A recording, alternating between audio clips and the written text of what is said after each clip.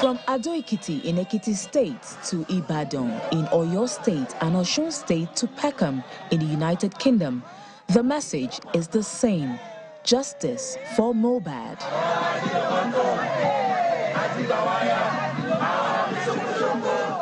Fans throng these cities to celebrate the memory of the late singer and demand an investigation into the circumstances that surround the death of the former Malian singer. In Ekiti, the youth, in their thousands, displayed placards and donned black outfits to identify with the mass movement as the procession goes from Exec Road axis of Ado-Ekiti to the popular Faji Park. Mohbad must get justice, and we really need it, justice for Mohbad, and that's the main reason why we are here too, and for the peaceful rally for Mohbad. Mohbad is from Ekiti State, and we are here for the peaceful rally and to ensure that federal government give us that justice. In Oyo State, the protesters take to the streets, dressed in all black, some lighting candles, some holding up posters of Mohbad as they marched to his music playing through the speakers.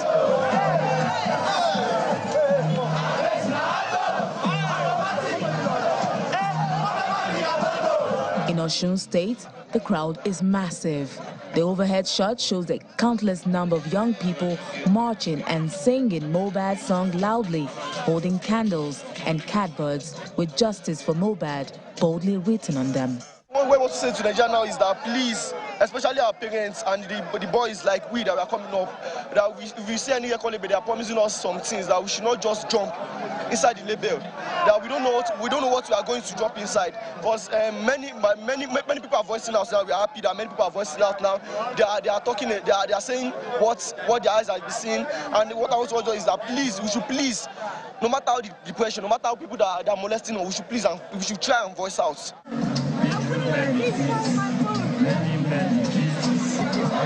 Fans of Mohbad in London hold a candlelight procession for him, walking to his music. Some hold up their phones and others candles.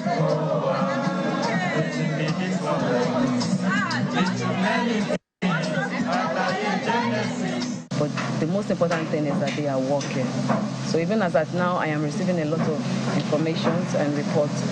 And we will not just receive them, and that's to the general public. We're not just going to receive this and believe that, okay, we're going to receive this information and do a proper follow-up to see that it's actually, happening.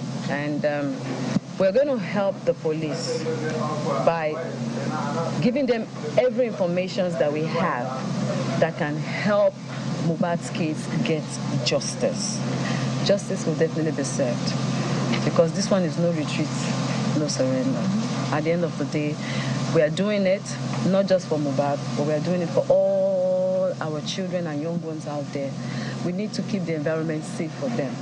It is time. The environment is polluted with drugs and a lot of things, and it's time that we have to purge it, we have to flush them out.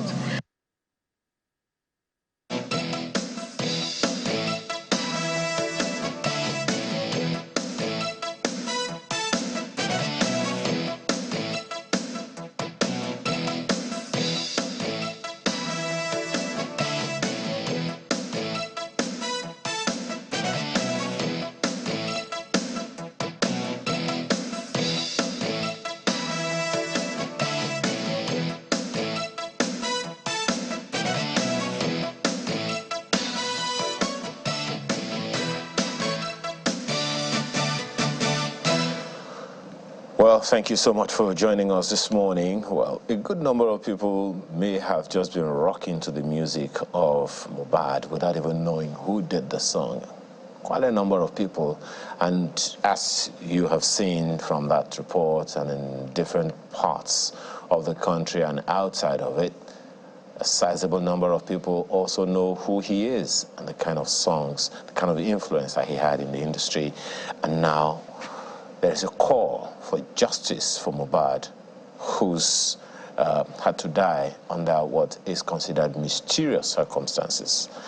Let's get some perspectives about this from Olawale Lukman, who is an artist, producer, and designer. Hopefully, well, thank you so much for joining us this morning. Good morning, sir. Well, for those who have no idea what we are talking about here, exactly what do you think is happening from your perspective? The Mohbad issue is kind of like really unfortunate for a young, talented artist like that to be upcoming, and he just had his life cut short due to so many factors that, you know, has been grown with our society in Nigeria. So it's quite sad, and it's really unfortunate for his family as well, because his family, it seems like he's the breadwinner of his family. His dad and his mom really looked up to him to make stuff happen.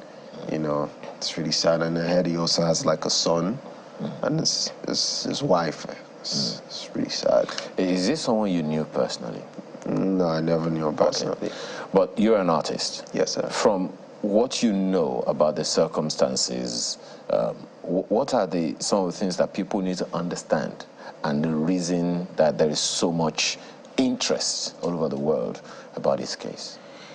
I feel like one of the reasons why people are really interested is because they like to see young people coming up, and they don't like to see when it's just taking shots, especially when it's something that could have been avoided, which is like, you know, being terminated by an unknown cause in court.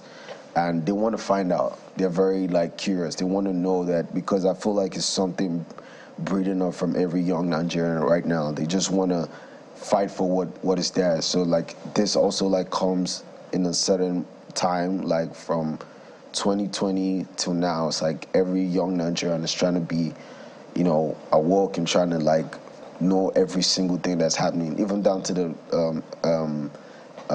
elections and everything. They just want to know.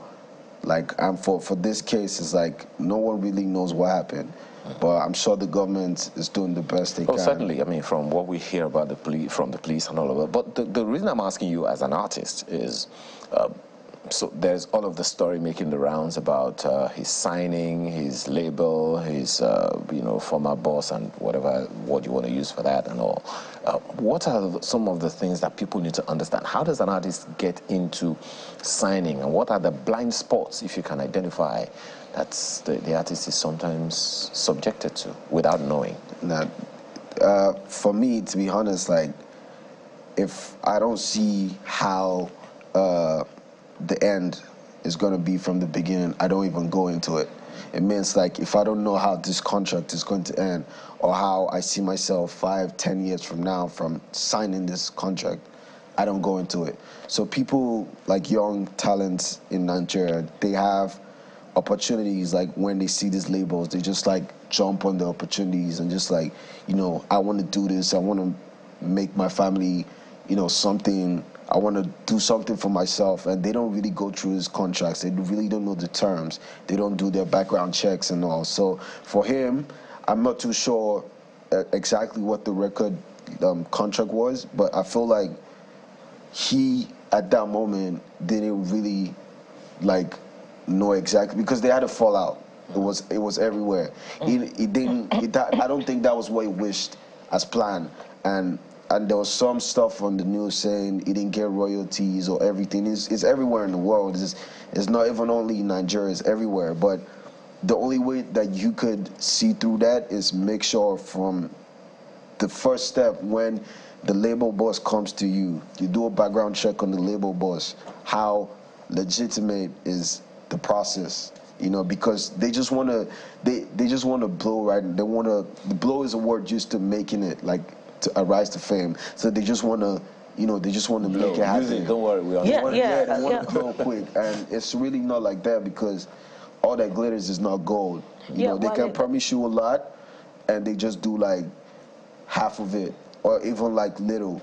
But because you're a star, there's no way you're not gonna shine. So they just need to just put small light on you, and when it goes, they'd be like, yo, okay, this guy's actually good. Even some labels, they're not 100% sure that this artist is going to make it. Well, true, that's a fundamental problem, you know, in the Nigerian music industry between performing artists and their record labels. But, you know, help us connect the dots where Mohbad's case is concerned, particularly, you know, with what you began by saying that his untimely death is due to many factors that shouldn't be, and, you know, what has generated this movement across the country. Definitely people believe something is responsible or someone is responsible.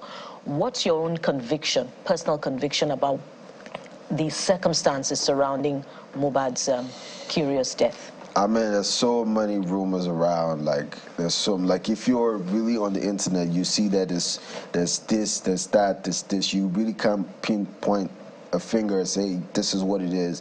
But for me, it's really. You have something to say? No, Go ahead. No, it's really something that me myself, I can't say this is what it is, but it's definitely something, because if you see the videos, the images, the voice recordings from him, he has been battling a lot. Even from his best friend, I don't know, the artist Bella Schmorter is also like involved in, like, you know, trying to say that, oh, why is Mohbad being treated bad? It's everyone on social media. Everyone is saying they've seen videos, they've seen pictures of him being bullied and all. So I feel like that triggered people, and like, why has he been bullied all this while and we're just finding out? And that's why everyone is like, no, we can't take this. We need to know who did this, who did that. And, you know, there's just so many fingers pointing, but we really don't know, because the government still has to. Well, we're going to have to find out, and that's why the police is also taking the lead on that. But Atoyota Kwabome has since joined us, Alibaba, the comedian. He's also part of this conversation. Good morning, and thank you for joining us this morning. Thanks for inviting me. Okay. Well, I'm pretty sure we're getting, you know, crossing some T's and dotting some I's there. Are you hopeful that the police will do a satisfactory job? Do you think the young people in the country will be satisfied with the findings of the police? Yes, I feel very confident, like, because now it's really transparent. Like, there's Twitter to give us live updates, like, okay, the body has been found, the body has been taken out from the grave, and now there's an autopsy going on. Autopsy has been completed? Yes, which they said it was complete. So all that is very nice to know, that everything is being transparent. Before, like, we don't know this, we probably find out on the news or we find out in the newspaper, but now it's like direct. We're speaking to you can send a tweet straight to the police.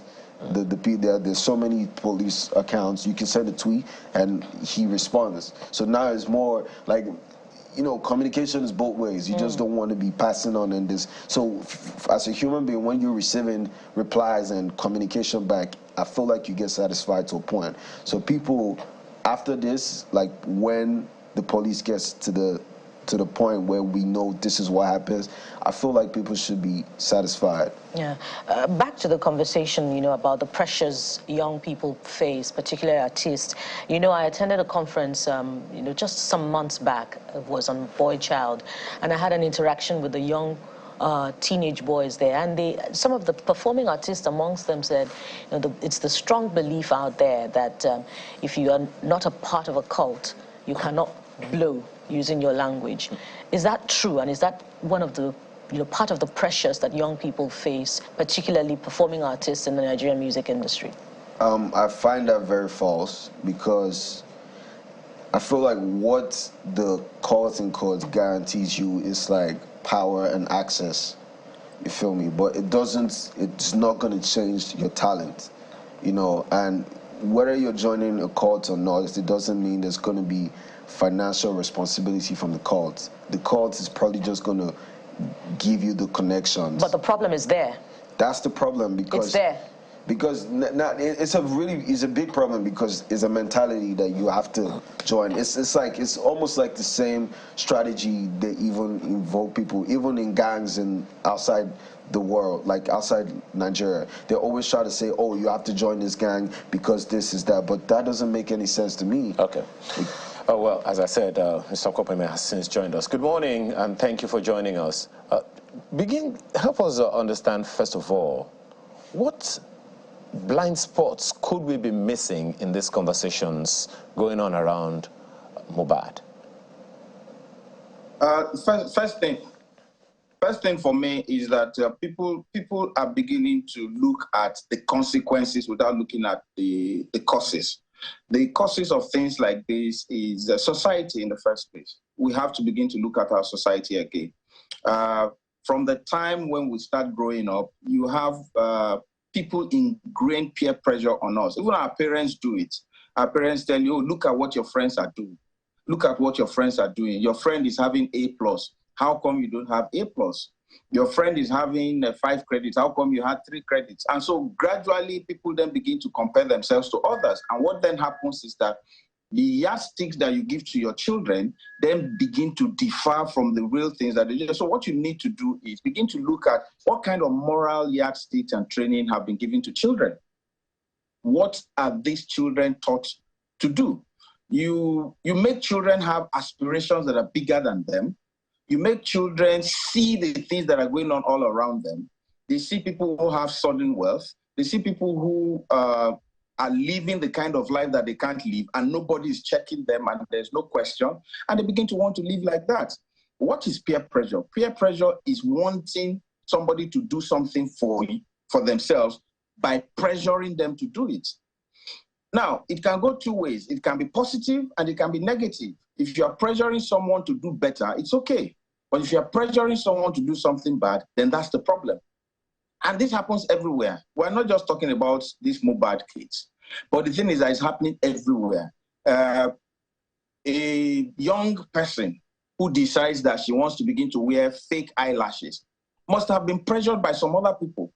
The young person who decides to do body enhancement must have been pressured by other people. You find these days, you find a child of 10, 11 wants to wear lipstick just like her mom, or she wants to wear lipstick or makeup just like her mom because she can see it being done.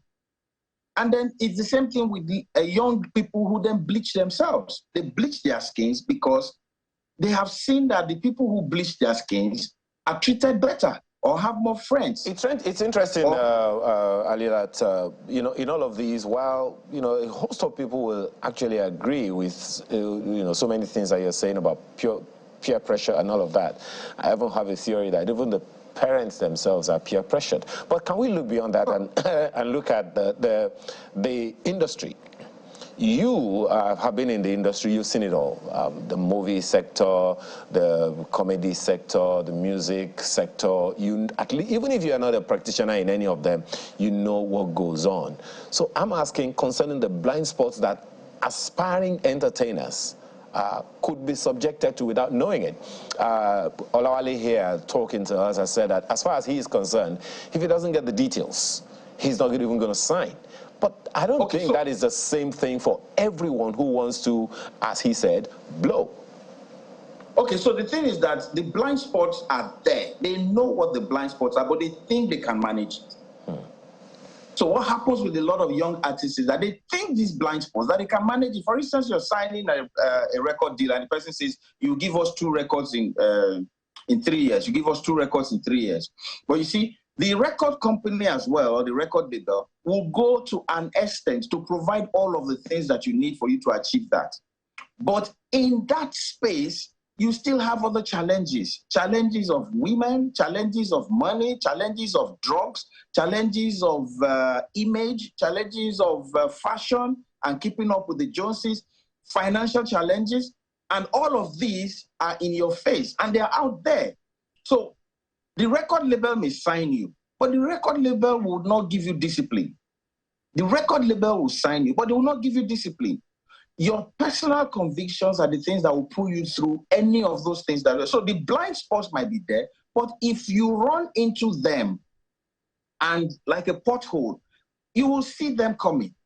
You will see them right in your face. But it depends on how you attend to this. If you sign with a record label and they say, oh, smoke Igbo, and you say, no, so you smoke marijuana, and you say, no, I don't smoke. The peer pressure will now come in thinking that it will stop you from being great. It will stop you from being, or if because you signed with the record label, you say, oh, you can't wear a belt, you have to always sign. You say, no, I like to dress properly. If you then don't dress properly, it becomes an issue. I know a guy whose son went into music and came back one day and said, the guys he's with insist that he should do a tattoo. And the boy said that he didn't want to do a tattoo. And because he didn't want to do a tattoo, they told him he's not ready.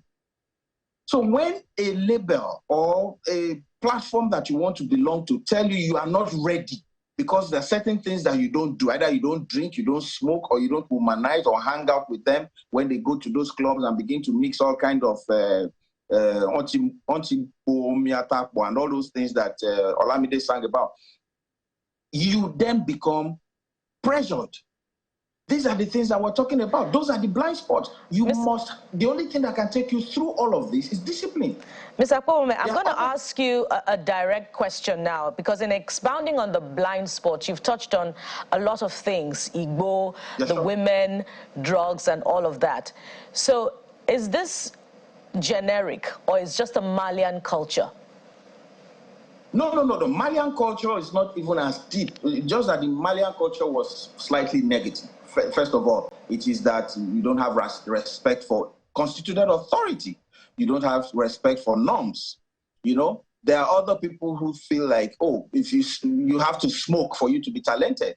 You have to, well, they're sagging and they're not wearing a belt. So that there are a lot of things that people bring into their own clique and cult, and they want every other person to, because they feel like it's a lifestyle. But if you make it look like a lifestyle, and I don't want to belong to that life, all I want to be is a creative, then you can't force me. That's why I talked about discipline. The discipline is the only thing that can keep you in that space where you do not want to be corrupted, you do not want to be influenced, and you can then still be creative without. Fashion is a style, but you must own that style for you to become the person you want to be. You don't. As soon as you begin to conform and belong, and conform to the dictates of the people who are in that clique, then it's gone. So how pervasive is it then? Are all music labels, within the mainstream Nigerian music industry culpable where all of these vices are concerned? Are they all culpable? No, of course not. Of course not. I from the top of my head, I can say Kenny's music did not make anybody dress in a different way. Hypertech music did not make anybody dress in a different way. What's it called? When Olisa Adiboa and Obi Asika had Storm Records, they did not make anybody dress in a different way. So what is happening these days is that we also know of the one that has Casey, and they had Harry Song. You still see these people, their sense of morality and everything did not change. You do not, for instance, you see a guy who says, I cannot hold a drink in a video. It does not make my song better. I will not smoke Igbo in a video just so that people believe that I belong. I don't want to look cool just because some ladies are shaking their bum on my video. So the artist himself or herself can define the way he wants to go. The problem is conformity. If you conform to any of all those things, then you are gone. As much as I would have loved to, have the other names mentioned, just for awareness' sake, I'll leave it there for now and make them, reflect on what you have said. I'm sure Nyota has other questions for you. Nyota. Yeah, thank you very much, Buki. But before I come to Mr. Toyota, let me start off with the artists. I know Mr. Akpowome is also an artist himself in his own right, but let me start with the younger artist and then come back to Alibaba. Olale, you're an artist, a producer, and designer. Now, when you talked about the contract situation, some of the contracts that some of your colleagues have had to sign, the question I wanted to ask is, were they given any opportunity to bring a lawyer in to read that contract? Is it that when you're about to sign that contract, you're told you must sign it here, you're not given the contract to go and study and get somebody else to look at it before you sign? Is that how it's done? To be very honest, I don't think so. What I think basically is when people get this contract, as young people, we get really like hyped.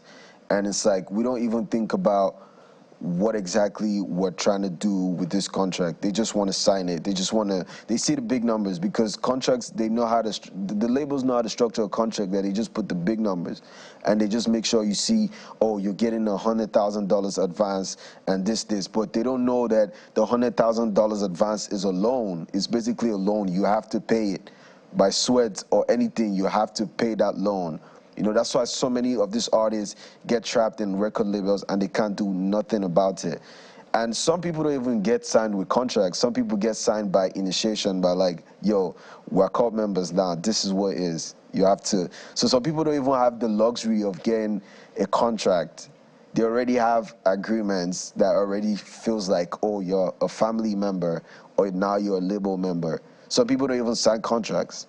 They, you know, so it's different ways, but it doesn't make sense for an artist where you know you're really talented and they just give you a contract, because there's even so much knowledge about that on the internet right now. There's even a book called A to Z about the music industry. You learn publishing, royalties, mechanical royalties, performance rights, everything.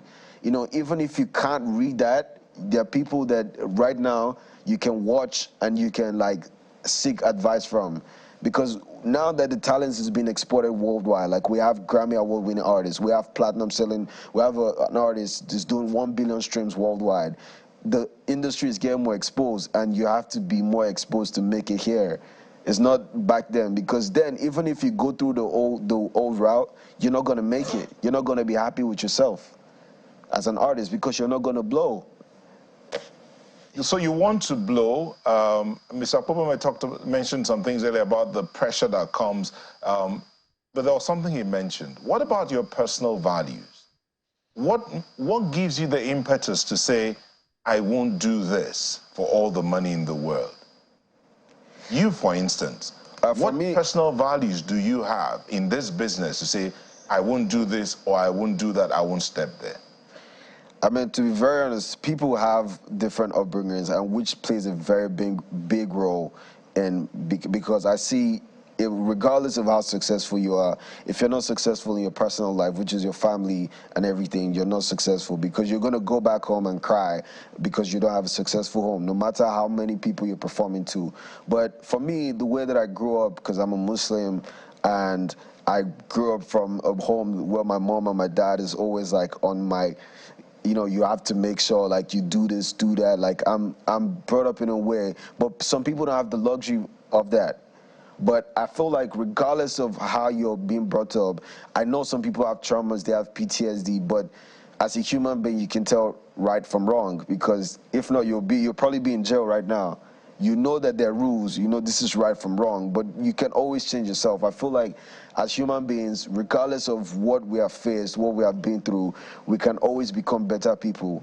You know, I can see someone that even right now is probably better than me with the attitude, behavior, and pattern, because the person went through so much stuff and it's like, I'm not doing that again. It takes a really mental discipline for you to go through all that. But it's not easy as it seems, because as I'm talking about it now, it looks easy, but that's the right way to go. If you really want to blow and succeed in a way that you don't want to end up having this type of issues, that your life is cut short or anything, you have to go through that. You want to be a mega superstar, you have to go through that. You know, you want to win these Grammy Awards and everything, you have to go through that. You have to change. You know, where you're coming from doesn't define you. You feel me? It only reflects, but you can redefine yourself. You can refine yourself. You know, for Wizkid, Davido, for them to be on that stage, they had to refine themselves, regardless of where they came from. You know, Wizkid had to make sure, oh, I'm dressing like this, I'm looking like this, my brand shouldn't be associated with this. But that's not where Wizkid came from. He came from Surulere with the thugs in small London, in Shita, where they're smoking and everything, they're doing hard drugs. I'm sure Wizkid doesn't do cocaine or some hard drug that is gonna, because you can't be on that level and not know what you're doing. So if you want to do that, if that's your... All right. Yeah. All right. So let me take this to Mr. Akpobome.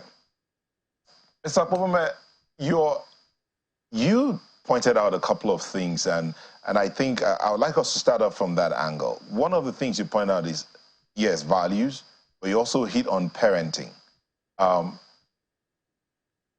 So what's the role of the examples that these young people get to see?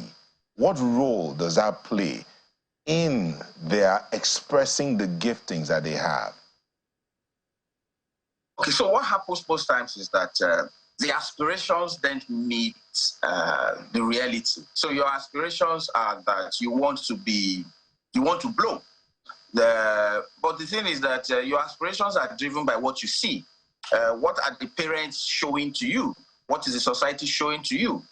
In entertainment, for instance, it is clear that most times the influences, which is why people tell you, oh, the artists are the ones that are making these children bad, because the children see them more. Sometimes the influences that people have are what they constantly have contact with.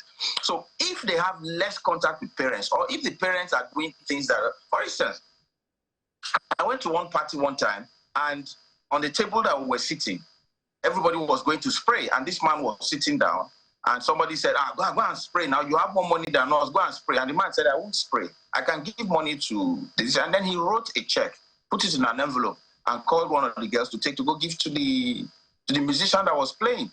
What he gave to the musician was much more than what the people who went to spray gave. And so the musician continued calling his name.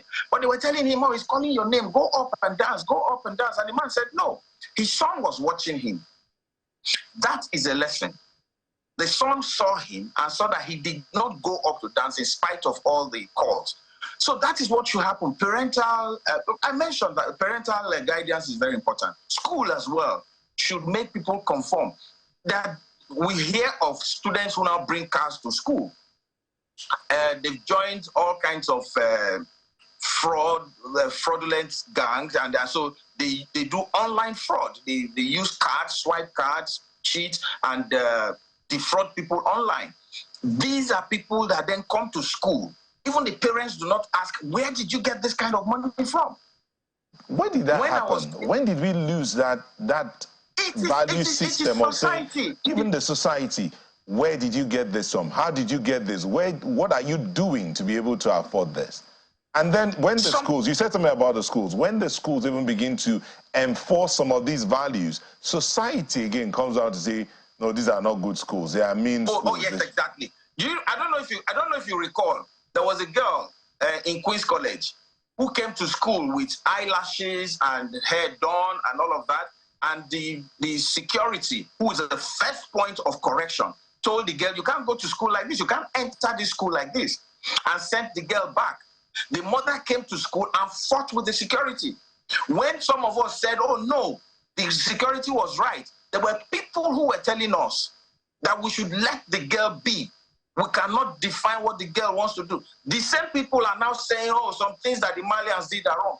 This is the thing that is happening. Our society needs to put their foot down on certain things. When you do not attain when you've not attained a particular age, there are things you can't do.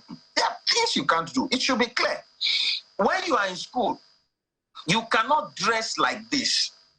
And then you then come to school like that. And then the first point of correction, who is the security man, the gate man, says, you can't come into this school like when we were in school. If you come late, the gate men are the ones that will flog you first for the day student. And then if you wake up late, the military people will come and beat you off your bed. That's discipline. We're not having that anymore. Oh, these days you hear, oh, you can't punish corporal punishment I hear is wrong. But the thing is that it sets some of us right. It sets some of us right, but those things are missing now, and it's missing.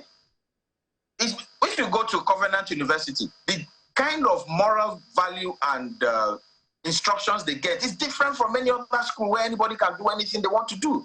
You can't come to class looking like you are going to a nightclub. It is not promoted. Let me just interrupt you here real quick. We'll take a short break. I will come back to continue this conversation, because there is that bit of, okay, so your parents are not there to pressure you, but you as an adult, Who do you want to be? Where do you want to go? What are you going to do about that? Are you going to let people define you, or evaluate you? We'll look at that when we come back from this break. Please don't go away. Thank you very much for staying with us. We still have here, joining us virtually at Toyota Pobome, aka Alibaba, who joined us virtually, and in our Lagos studio we have Olawale Lukman, artist, producer, and designer, and we're discussing this the young people and peer pressure, a fallout of the Mohbad situation. Mr. Pobome, let's, before we end on that break, we're talking about the choices we have to make. Sometimes not necessarily because of where you're coming from. I mean, Olawale mentioned that Wizkid has had to define himself, to reevaluate himself and say, okay, this I will not do. You also talked about a young man or an artist who will say, I will not hold a cup in my video, or I will not smoke in my video. It doesn't change the fact that you have quality. But then there's this idea that when you do these things, that's what gives you credence. So at what point would you say, do artists get to that point and say, hey, enough is enough? For you, for instance, let me put it this way. You have had to mentor some artists. Are there some that have told you, Oga, at this point, I won't do this because this is who I am? And how did you manage that? So there was somebody called me once and said he wanted somebody to come and be. This is a young guy. Said he wanted the guy to come and perform. And the guy said, bros, is that guy not the guy that is facing charges for so and so? And I said, yeah. He said, no, I'm not available. And so he said that I've read the things and I think he did those things and I will not perform them. He's a young comedian, doing very well, just finished 2 of his shows in Lagos and Abuja. Young guy too. And so for me, it was that I was booked. And I told him, I said, you're just going there to provide a service. He said, I know, bros, but I don't like the man. So some people can say no. You see, there are people you can mention, Daria Talade, Kobams, Timi Dakolo. There are people who are living above those things. They don't smoke, they don't hold cigarette, they don't hold a glass cup and drink whiskey in their movies. They don't have people who then come on their videos and they insist on it. Even if the choreographer says, oh, it will add color to the video, they will say no. So what should happen really is that as an artist yourself, you must define your purpose. You must hold on to some strong values that you've been brought up with. There was a guy who called me once and said he has an event. They'll pay me, and this is in the presidency. So to tell you how high it can go, they'll pay me so and so amount. I said no, that I'll take 3. I'll take 3 million. He said, no, this is a while back. I said 3 million. He said, no, that it is 2 million that they have. I said, no, 3. So he said, okay, fine, we'll take 3 million. They'll give you 3 million. Then he calls me and says, they'll send me a receipt that I should sign for 5 million that they want to give the other 2 million to the other people. And I said, I'm not doing the event. And I walked away. I said, I was not doing the event. They then called me later and said, well, why did you say you won't take 5 million? I said, no. That I said, I am booked. I just didn't want to say that guy, because for me, there are some things that you would not want to do, and you must stick to it. It is the same thing with some of these artists. There are some of them do rituals now, some of them. So if you are someone who is in a position with your creative abilities, and you know you don't need that kind of pressure. You don't need somebody making you sign or take an oath for you to be creative. The need to blow, which is what I need to mention. The need to blow is what is overriding some of these values. The need to blow, which is where the pressure comes from. People just want to blow. They want to be seen. They want to be heard. They want to make money. They want to belong. And because of that, they step back from the values that they've been brought up with and do what they shouldn't. Olawale, let me come to you here, Olawale, just before my colleagues kick in. So you're under a lot of pressure, and I'm sure of it. But for one who does, you do your music, you produce others, and then you do designs for some of these artists. At what point would you say enough is enough? What do you mean enough is enough? Like, at what point would you say I will not cross this line? This I cannot do, that I cannot do, this I can do, that I will not stand? I mean, for me personally, I do not involve myself in intoxicating myself to like design, because I feel like I tap in my natural, the best creativity comes from like when I'm in my natural state. Like I don't drink and I don't smoke. So for me, it's like when I see a bunch of people, my friends know, like when they see a bunch of people smoking and all, like I'm just gonna be like, you know what, I'm gonna step aside and just chill outside. But if it's somewhere that I cannot, and they're like, yo, do you want? I'm like, nah, it's not me. And they're like, are you sure that you look like someone? I'm always get judged in that, but I'm like, yeah, I get it, which is kind of like very, you know, it's very nice for me, because you always think I am that person, but I'm not. You feel me? But at that moment when I'm like, I cannot do this, I can't do this, it's because I feel like it's growth for me. I'm growing, you know. And so many people just fall into that when they just have a bunch of friends. You know, I have over like 10, 20 friends. Not friends, but I don't have a lot of friends, but I'll be in a room that I know about 15 people, and half of them smoke. And if they pass it to me, I'm like, nah. Or if I get like, if probably I get like, oh, you want me to design some stuff for you, but the way you're going about it is not professional, and you're trying to take advantage of whatever intellectual property I'm offering, I'm like, yo, we need to reevaluate our values here. So sounds like you want to blow on your own terms, not on societal terms. Yes, and okay. I feel like that's the best way, because then you have peace of mind at the end of the day. You know, I want to ask you industry questions, right? Yes. Yourself and Mr. Pope, I think Bukola has a number of questions for you first. Yeah, for me now, what's important, and I'd like to bring this to Mr. Pope, but Olawale, you weigh in on it first. Beyond getting justice for Mohbad has been identified as, you know, one very big talent that churned out, you know, a number of classics. What can be done such that, you know, because you also mentioned that he was the, you know, breadwinner of his family, was trying to support his family. What can be done to ensure that, you know, all of his songs, his works, you know, continue to generate some form of income for his family, and who should lead that charge? To be very honest, I think the label he was with, if they're kind enough, they can release his catalog to his family, but you know, still backtracking to the industry that we're in, it's not really developed to an extent that it can fully maximize full profits from everything, because there's so many places that we're not making money from in the industry, which I feel like as we grow and we get more global, people will start making incomes. But for that, I feel like the label can be, you know, just be like, you know, with all this happening, we can see the situation of your family, we've made enough money, and most likely they've recouped their advance.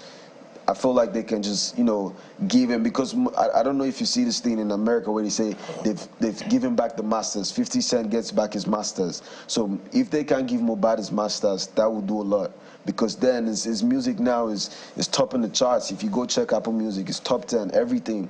All that streaming revenue can be tailored down to his family, because for Spotify, for 1 million streams, you make $4,000. $4,000 now in Naira is about 4 million Naira. And he has made more than that. He's made over 10 million in the past few days. So that's a lot of money for his family. So, you know, that would be really good. Yeah, Mr. Kwabame, same question for you.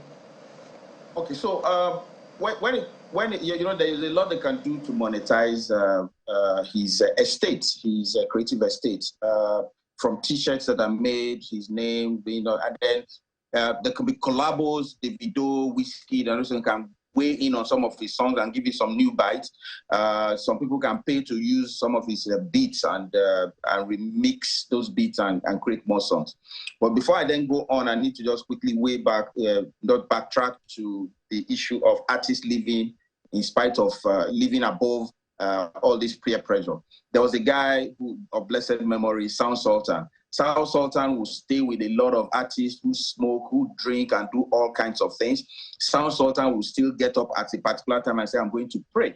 Sound Sultan is a great example that we want other artists to take after. That said, when it then comes to monetizing what these guys make, there was a time we had a meeting at a hotel with Jonathan. And I raised an issue, myself and Amaka Igwe raised an issue and said, it is not about government giving us money. There's enough money for us to make, to even give government money. What we need is for piracy to be tackled so that people can be making money from their sweat. And some artists in the hall told me to shut up and sit down. It's on video. They told me to go sit down, that I don't know what I'm talking about. The government should bring money. The same artists put their videos on this thing, and then when it was pirated, they started protesting, did me a letter and said I should come and join the protest march to allow her. And I said, I'm not going. When I mentioned it, you people didn't do anything. There needs to be a proper structure for monetization of people's creative wealth.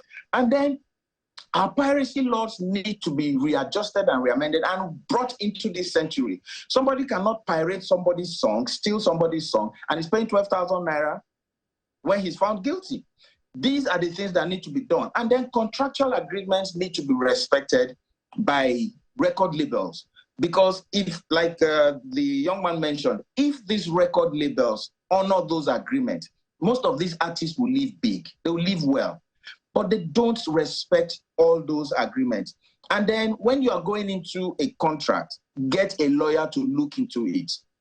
This was what my friend Efero Zako used to do then. He stood in for a lot of contracts that were against. You know, you're veering, Mr. Pomemi, you're veering into the conversation that I want to actually have, the questions that I want to ask around the industry.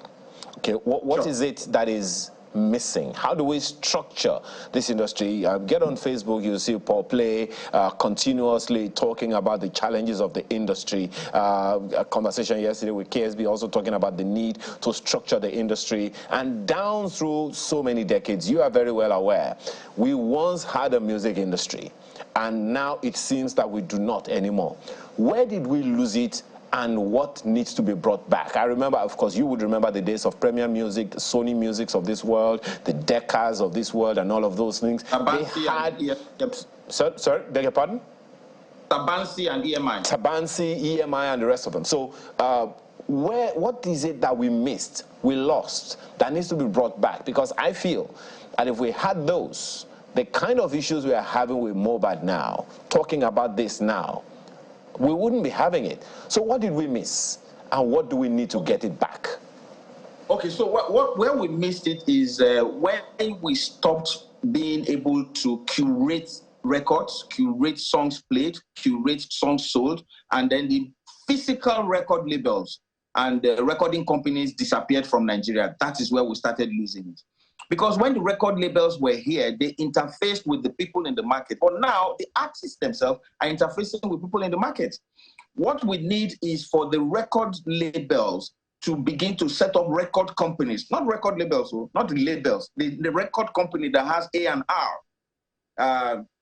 that has the full artist management, that can begin to look into artists' remuneration, marketing, promotion, publicity, image building, brand, and begin to get money for the effort that these artists are making and the creative work that they're churning out. What has happened is that a lot of that has been missing, and we need to bring it back. So back in the days, I know that there's a lot of talk, in the industry about that, but how do we get there? Who leads the charge? That is what we're saying. See, the people that invest in it now, and then the artists themselves have problems. Artists have problems. So you find somebody who, I need to mention this so that you can then look at it and see where the problem is coming from. So an artist somebody has a great talent. You go meet a record label and say, oh, I have so, and the record label says, okay, we need 4 or 5 years to maximize this talent that you have. And then they first start by paying for your music to be produced, paying for your music videos to be done. And they get you a house, they get you a car. Sometimes they get you a driver. In the house, you are not the one that will be doing your cleaning. They get you cable. They get you TVs. They get you air conditioning. In fact, everything is furnished. You are not the one that will be opening your gate. They get you a gate man. All that, for one artist, then costs to about like 30 million. But before they regain that money or recoup the money, they've spent that money for promotions. You know, when you do all the TV rounds and media rounds, they've spent close to like 40, 50 million on this artist. Don't forget that every event the artist goes to, he has to wear new clothes. And all of these new clothes, new shoes, new accessories, all of these have to be paid for. Then when they finish spending that money, the artist has 5 years to go. After first year, he blows. Then his peer pressure comes in. The peer pressure is now like, oh boy, you are making more money than these guys. These guys are just ripping you off. Whatever. And then the guy begins to have issues with the record label. He now tells the record label he wants to pull out. Record label has not even recovered 30 million. So the record label is now fighting with the artist. The artist breaks away. He doesn't deliver the songs that he's supposed to deliver. Then gradually, record labels begin to have apathy. So when another person comes and says, we want to, they bring stronger contracts that tie the artist down and say, if you do not give me so, you cannot, we saw it with, so there's a guy, Soli. And then even with Kiss Daniel, who he had to change his KISS to KIZZ. He had an issue too. So most times, people who own record labels are not ready to put their neck out for a lot of artists again, because the people who did it the first time, they can see that those people did not recover their money, because as soon as the person blows and feels that I can now command 5 million per event, then the record label that spent close to 50 million to make them comfortable and make their careers bloom do not have a say. So that is the problem. So when you ask that what can be done, these are the issues. The issues are that these artists can create. Some of them don't get the benefits of all the monies that have been spent on them. And then sometimes they tank, because it is not always necessary. It doesn't always follow that you spent about like 50 million and the artist becomes big.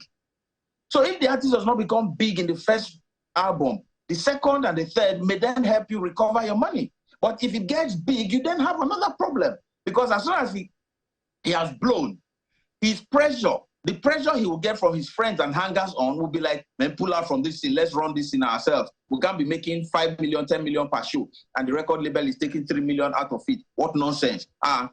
They forget that because a lot of artists that have pulled out by themselves and say, oh, I'm not doing again, pull out, move out of the record labels benefits. So there's no house, there's no car, and they begin to fend for themselves. They tank.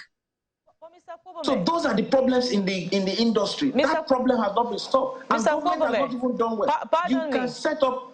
If I may come in there, where is the loophole then? Is it in the contract signed, or is it that the artists are aware, but they just decide to pull out anyway when they see that the funds are not coming to them in record time?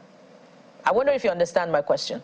I understand your question. I understand it. But you see, it is also greed on the part of, and as you mentioned the peer pressure, it's also greed on the part of the artist. When you know that, because it's like somebody who sets up a company. He sets up the company, he spent about like 300, or in fact, 2 billion to set up a company, and then employs people. The people who come in now see money flowing in. They're like, oh, our guy is making so much money, and he doesn't want to increase our salary. Forgetting that the initial cost of setting up the company has not even been recouped. So what then happens is people then pressure them and make them feel that, oh, the contract is bad, you should be earning more than that. See, the money that was spent in making you blow has not been recovered. It has to be recovered first. And in the process, the person is still making sure that you're okay. So that needs to be sorted out. The other thing is that this piracy issue needs to be dealt with. Streaming platforms, it costs money to push an artist to the point where he gets to a streaming platform. Getting to that point, Mr. Kwobome, where I think the industry has to sit down and have that conversation, because and I know that you and a number of other people have been, demonstrating interest in that regard for a while. We're running out of time, but I need to ask Mr. Olawale Lukman here a question or two. You've heard, how do you respond, first of all, to some of the issues, industry issues that he has mentioned? Yes, I feel he made very valid points, and I also need to say that we're also dealing with human beings here, which the feelings and emotions are infinite.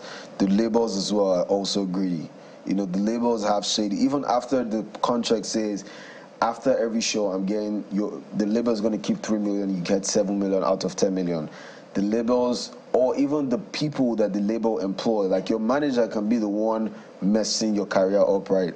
You know, your manager or even your lawyer who doesn't really know or even knows is still like, there's so many cases out there. So aside the artist being greedy, which is a very prominent thing in the industry, the labels as well are not very transparent enough. You know, but when you now come and now say, oh, my label is doing this and that is shady, I want to go through my contract again, I want to review it, they say, no, you can't do that because the label is the boss, and they'll shut you up because you're not as big as them, you're not a don in the industry. You know, like the label has probably used like 10, 15 years, and you're just a small boy, you want to spoil their business for them, they'll shut you up. Well, it sounds to me like you've taken a lot of lessons already this morning. But, you know, tell us about you. I mean, you getting into the groove yourself. What have you done? What are you doing? What are you about to do? To be very honest with you, like, I started really, really early in like knowing about all these things because I was really passionate about my craft. And I feel like it's just like your child. If you know that this is what you love so much, I feel like you should know everything about it.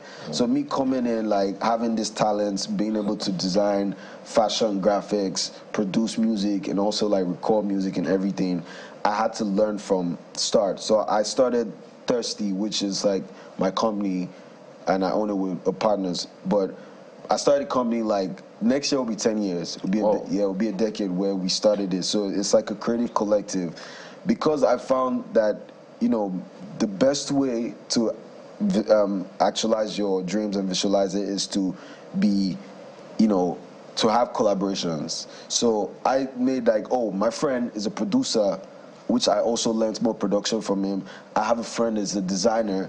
I have a friend who's a photographer. All of us came together and it's like, you know what? Instead of going to like look for all these things, let's form a collective ourselves.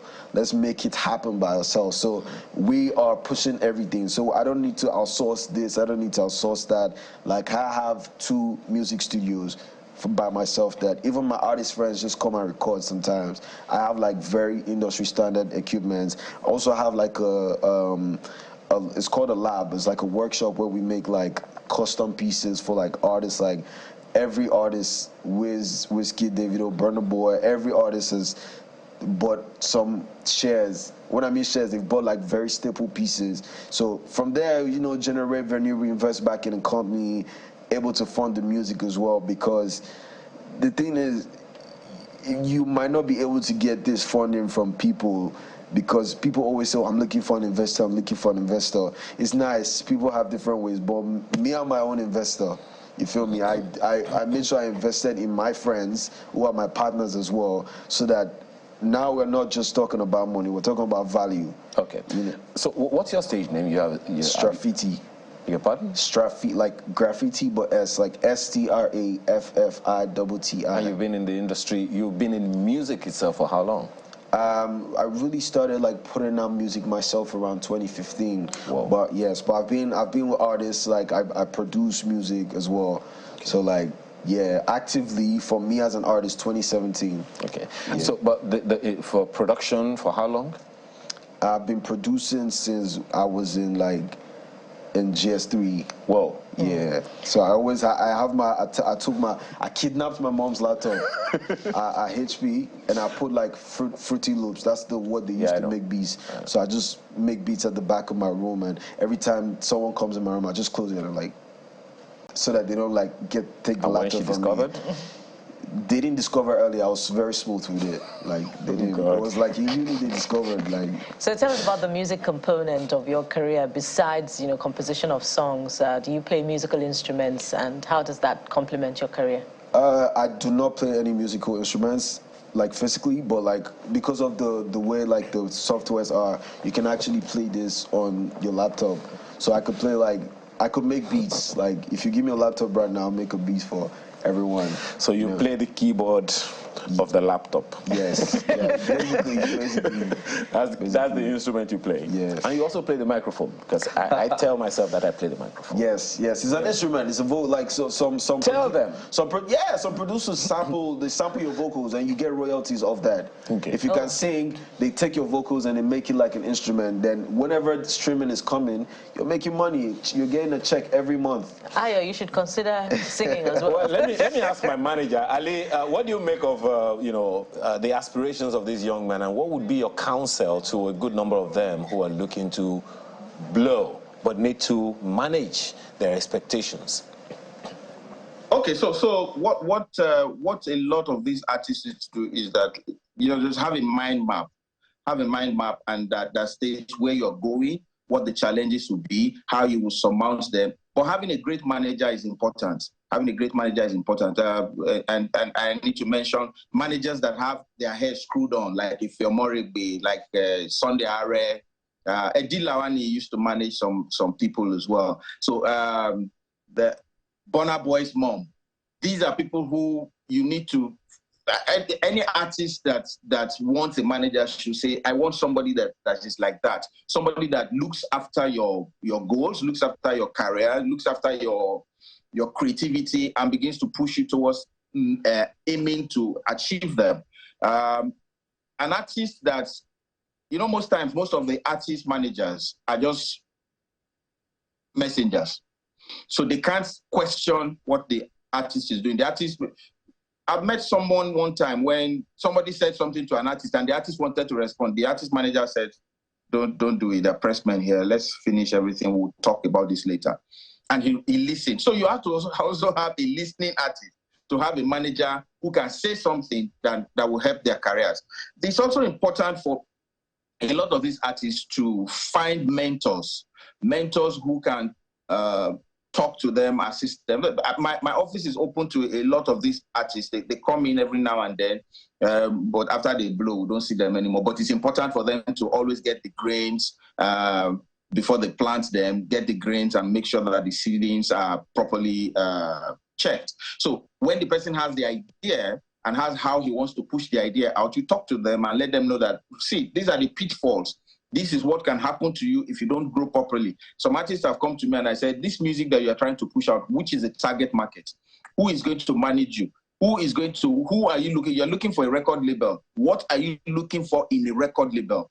They then tell you, I want to blow. I want to decide first. Sometimes you find you join a label and then you take on enemies. You join a label, there's somebody else that wants you to then do a collabo with them that would make you big. And then the label says, no, you can't because the guy and I are not talking. This is work. The artist doing a duet or a collabo with you will make your career grow further. And he says, no, I'm not talking with him. So you can't be borrowing friends. And borrowing enemies as well, especially when it has to do with your career. Yeah, I think you're already beginning to talk about the issues you're going to raise in your industry conversations. So just take your own pen and paper and be writing them down. And it also sounds to me like you are recommending manager of managers in some way, because a good number of these managers, just as you said, they are servants. The artists don't listen to them and they need to learn the craft. Quite a lot to unpack, but we have to round it off at this time. We have to thank you very much for being here this morning. Atoyota Akpobome, also known as Alibaba, comedian and entertainment industry magnate, as well as Olawale Lukman, artist, producer, designer, and should I add label owner? Yeah. Yeah. All right. Thank you so much for being here this morning. Yes, sir.